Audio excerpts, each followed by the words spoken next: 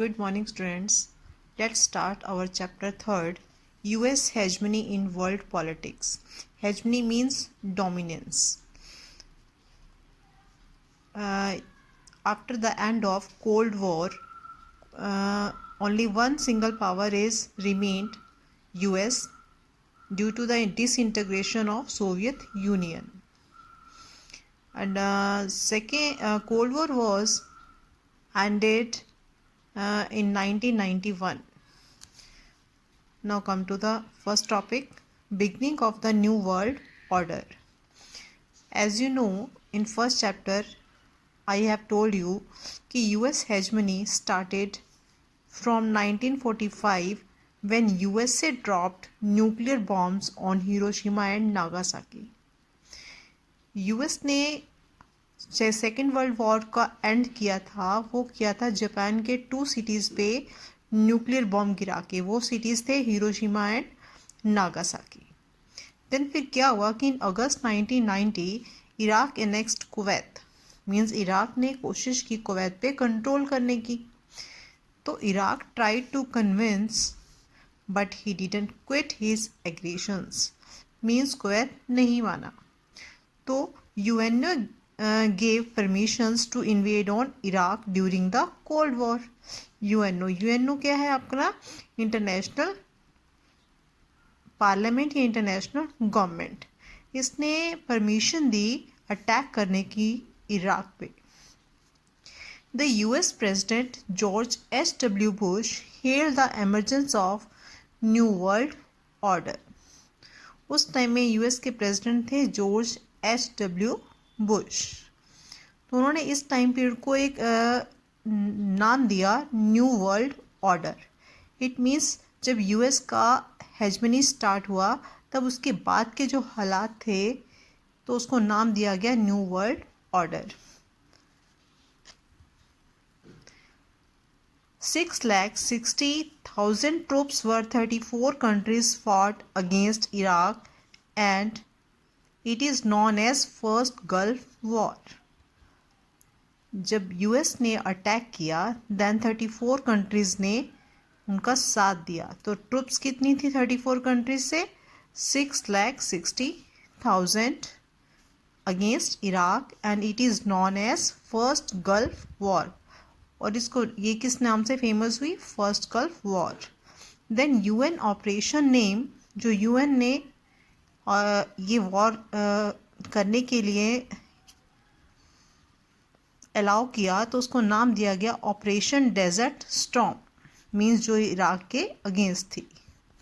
Then 75% of the coalition forces were from the US army. The Iraqi president Saddam Hussein had promised the mother of all battles. उस time में Iraq के जो president थे वो थे सद्दाम हुसैन. उन्होंने इसको क्या कहा, इस वॉर को? The mother of all battles. Then US used high technology smart bomb so it is called computer war. US ने इसमें बहुत ही हाई टेक्नोलॉजी के स्मार्ट बॉम्ब यूज़ किए थे, इसलिए इस वॉर को नाम दिया गया. इसको क्या कहा जाता है? Computer war. Live telecast is also made so it is called video game war. क्योंकि जो वॉर थी इसका लाइव टेलीकास्ट दिखाया गया था इसलिए इसे वीडियो गेम वॉर भी बोला गया.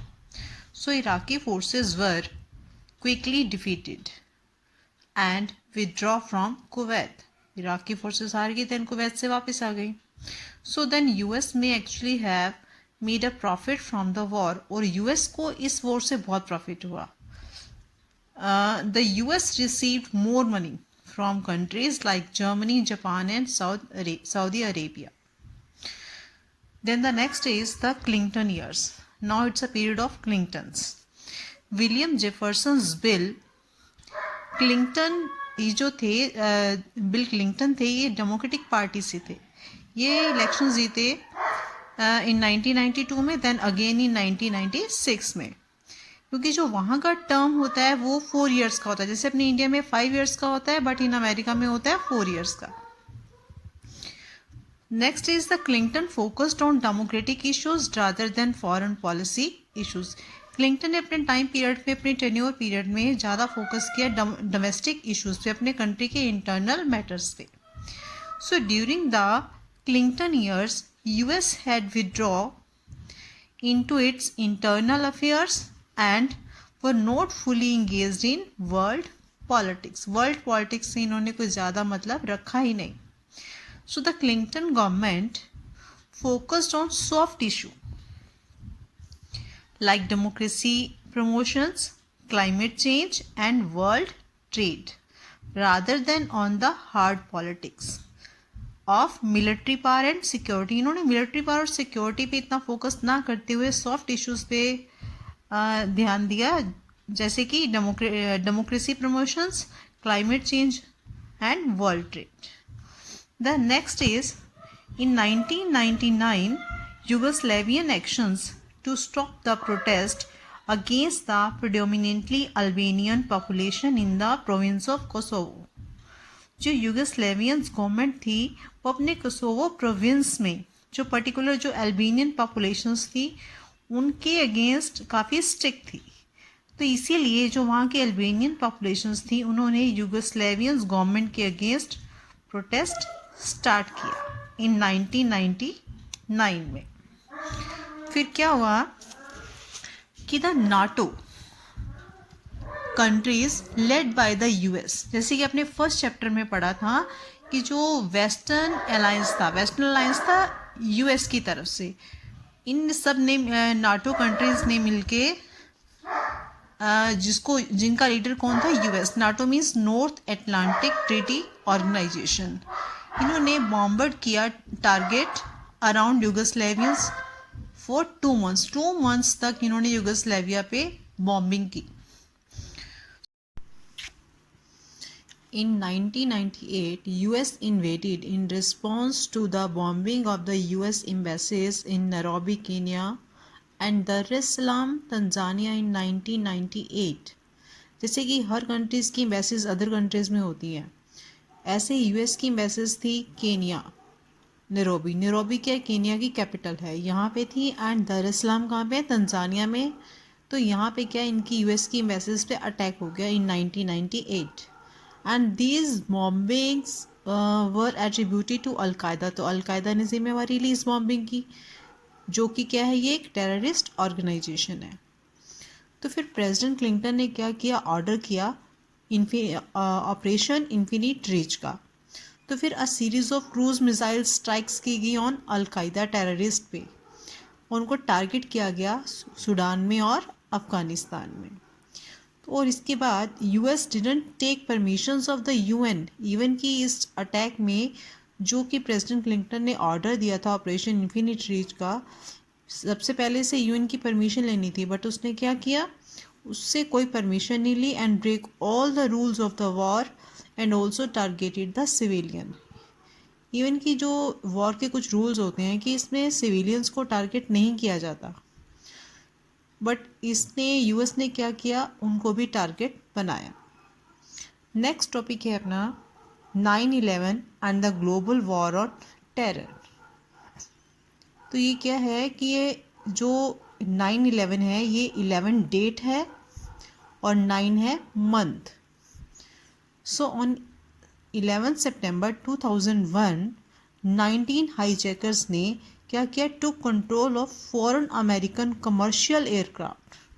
उनको 19 हाईजैकर्स ने हाईजैक किया shortly after take off and flew them into important buildings in US. और US की कुछ इंपॉर्टेंट बिल्डिंग्स पे क्या करना था, उन्हें अटैक करना था. So one airliner crashed into the north towers of the World Trade Center in New York. New York में जो उसका वर्ल्ड ट्रेड सेंटर है, एक एयरक्राफ्ट इसने वहाँ पे क्रैश किया जो क्या है, north tower. Second aircraft crash किया into the south towers of the World Trade Center in New York, जो न्यूयॉर्क में था वर्ल्ड ट्रेड सेंटर, उस पर इन्होंने क्रैश किया. Then the third aircraft crashed into the Pentagon buildings, जो उसकी जो डिफेंस डिपार्टमेंट है जो कि वर्जीनिया में है, उस पर अटैक किया गया. Then the fourth aircraft, presumably bound for the Capitol building of the US, Congress, जो कि वहाँ की पार्लियामेंट है, यूएस कांग्रेस कैपिटोल बिल्डिंग, उस पर अटैक किया गया। बट हुआ क्या कि जो उन्होंने एयरक्राफ्ट क्रैश करने की कोशिश की उस पर वो कहाँ गिर गया, फील्ड इन पेंसिल्वेनिया, उनके फील्ड्स में जाके गिर गया। तो उसको नाम दिया गया, it is called 9/11। The attacks killed nearly 3000 persons, इसमें इतने लोग मारे गए। Then George W Bush of the Republican party, जो पहले क्लिंटन थे वो थे डेमोक्रेटिक पार्टी से, बट नाउ जो है ये जॉर्ज डब्ल्यू बुश, ये रिपब्लिकन पार्टी से आए थे। सो अनलाइक क्लिंटन, पर इनकी जो थी इन्होंने काफ़ी हार्डर व्यू यूज़ किया against a terrorist and launched operation enduring freedom against al Qaeda के अगेंस्ट उन्होंने ऑपरेशन ड्यूरिंग फ्रीडम स्टार्ट किया under Taliban regimes in Afghanistan. The US forces made arrest all over the world. तो ये सबका जो इन पे अटैक किया, एयरक्राफ्ट क्रैश किए गए, तो इन सब का बदला लेने के लिए यूएस फोर्सेस ने ऑल ओवर द वर्ल्ड बिना किसी नॉलेज के, यानी कि पर्सनस की जिसको अरेस्ट किया जा रहा था उसकी गवर्नमेंट तक को नहीं पता चला, कि being arrested and transported and detained them in secret prisons Guantanamo Bay in Cuba. तो अपने यहाँ पे इन्होंने क्या किया, क्यूबा में उन सबको बंदी बना लिया।